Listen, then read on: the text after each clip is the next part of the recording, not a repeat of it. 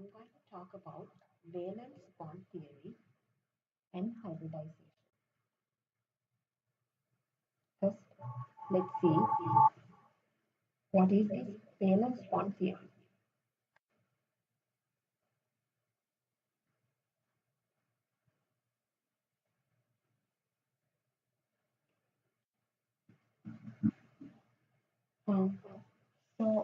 In valence bond theory, what is valence?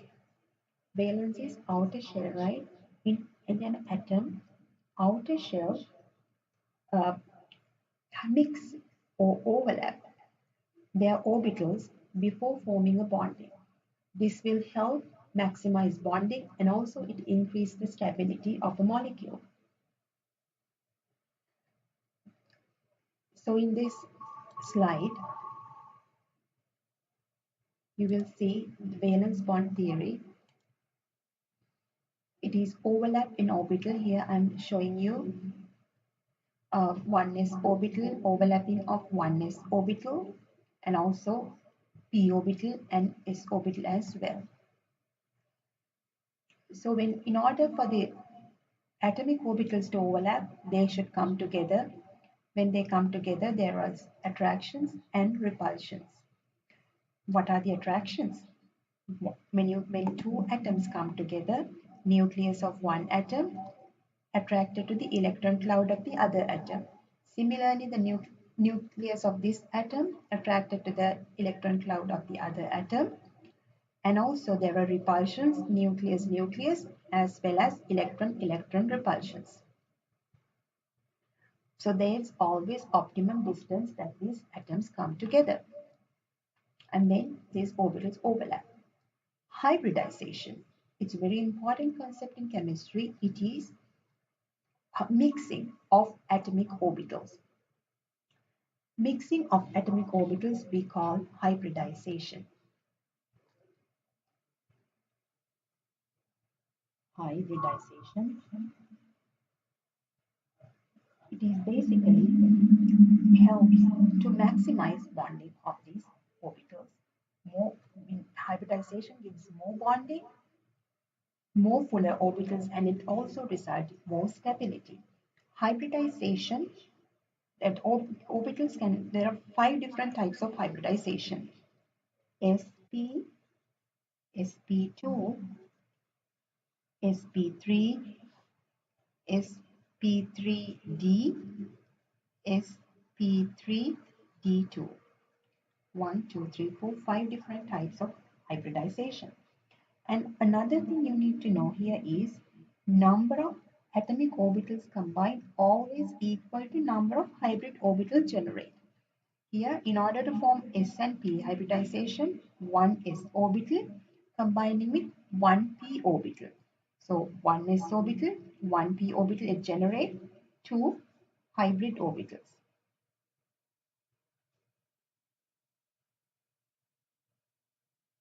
In sp2, what is this S and P? Remember, S means like you can represent always one orbital in a square, right? One s orbital, 3p. So always in one s orbital combined with two p orbitals, it gives sp2 hybridization. So can you tell me how many sp2 hybrid orbitals? It is 3 sp2 hybrid orbitals. And then sp3, 1s orbital, 3p orbital, 1s orbital, 1, 2, 3. It gives 4 sp3 hybrid orbitals. So how it's 4 sp3? Because 1s orbital, 1, 2, 3. Altogether 4 orbitals. It gives 4 sp3 hybrid orbitals. Up to here it is, so when you have 4 orbitals, that means each orbital can occupy 2 electrons, 8 electrons around the center atom, octet, right? But sp3d and sp3d2 are hypervalent.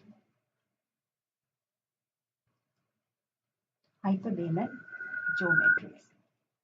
So let me explain you how this hybridization happens in carbon. Let's see first, what if there's no hybridization?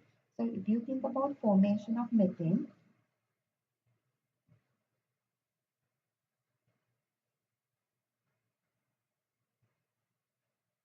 CH4, carbon combining with four hydrogen. Carbon, hydrogen, hydrogen, hydrogen, hydrogen. From Vesper theory, we know if you have four electron groups around the central atom, it is tetrahedral geometry. And in the CH4, all these CH bonds, they are equivalent, right? They are all equivalent. So in order to form CH4, if you think about valence shell of carbon, it is carbon always 1s2, 6 electrons, 1s2, 2s2, 2p2. So if I draw the valence shell down, 1, 2, right? So this is the valence shell. So if hydrogen comes, that means each hydrogen should come and bind with this valence shell, right? So four hydrogen comes, bringing each hydrogen one electron. This comes here, like that. So in this way, do you think they're sharing electrons, right? They're not sharing electrons, right? So here in all two hydrogen bonded here, not carbon electron sharing. But according to this picture, one electron from carbon, one electron from hydrogen form the bond. How we can explain this? In order to explain this, we need to learn hybridization. So before formation of the bond, carbon undergo hybridization. That means hybridization is mixing of valence shell. So the valence shell of carbon has, I'm going to draw carbon valence shell again. So these two shells mix each other and result. So 1s orbital, 3p orbital, sp3. It gives sp3 hybridization. Give 4 sp3 hybrid orbitals.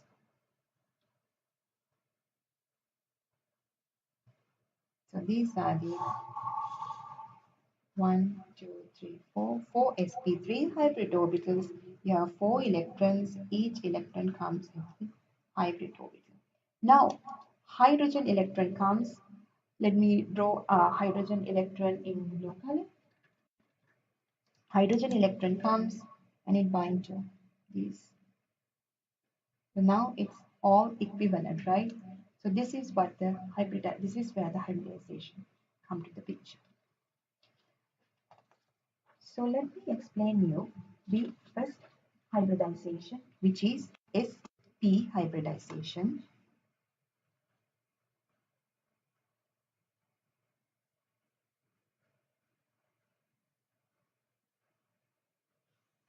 In sp hybridization, always one s orbital and one p orbital combine and form the bond.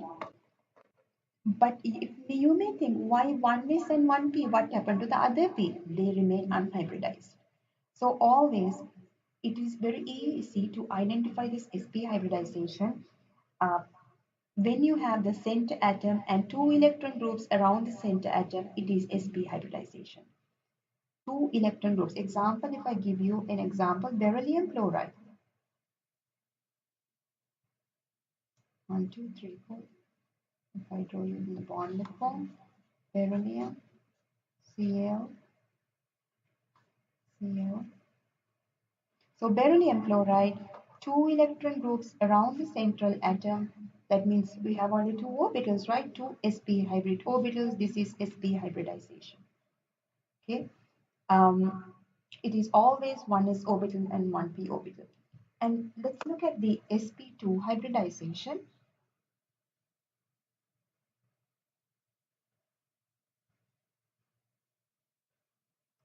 That is one s orbital and two p orbitals combined form sp2 hybridization. Example, BF3. BF3.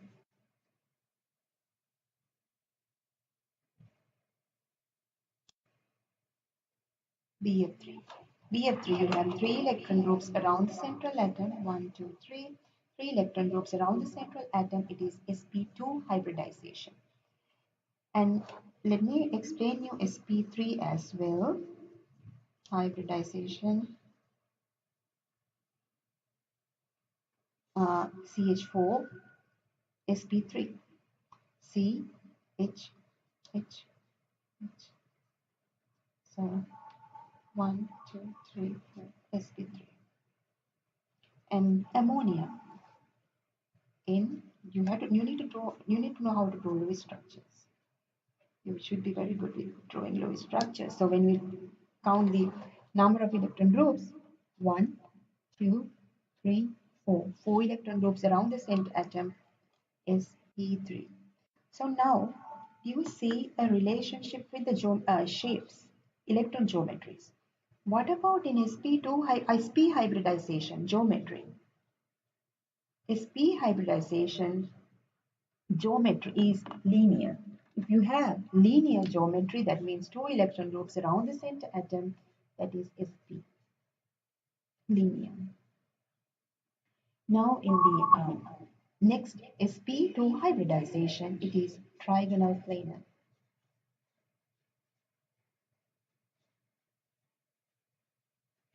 sp3, it is tetrahedral.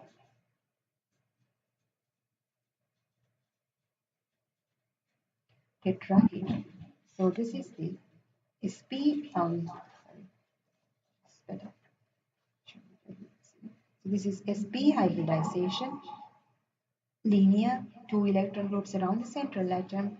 sp2 hybridization, trigonal planar, three electron groups around the central atom. sp3 hybridization, four electron groups. In ammonia, you take lone pair also as one electron group. So this is the three hybridization. And let me explain you some examples of these sp2 and sp3. If you take water, what is the hybridization in water? If you draw Lewis structure, H, H. How many electron domains? 1, 2, 3, 4. 4 electron domains around the central atom. It is tetrahedral sp3 hybridization. Okay. sp3 hybridization, and then we have two more, which is for hypervalent. Hypervalent means more than 8 electrons around the central atom. Those two hybridizations, when you have 5 electron groups around the central atom, which is trigonal bipyramidal, 5 electron groups, it is sp3d hybridization, 5 electron groups, sp3d hybridization. Shape is trigonal bipyramidal, 6 electron groups.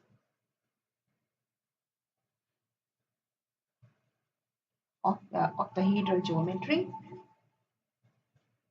Hybridization is sp3d2. sp3d2. So this is important.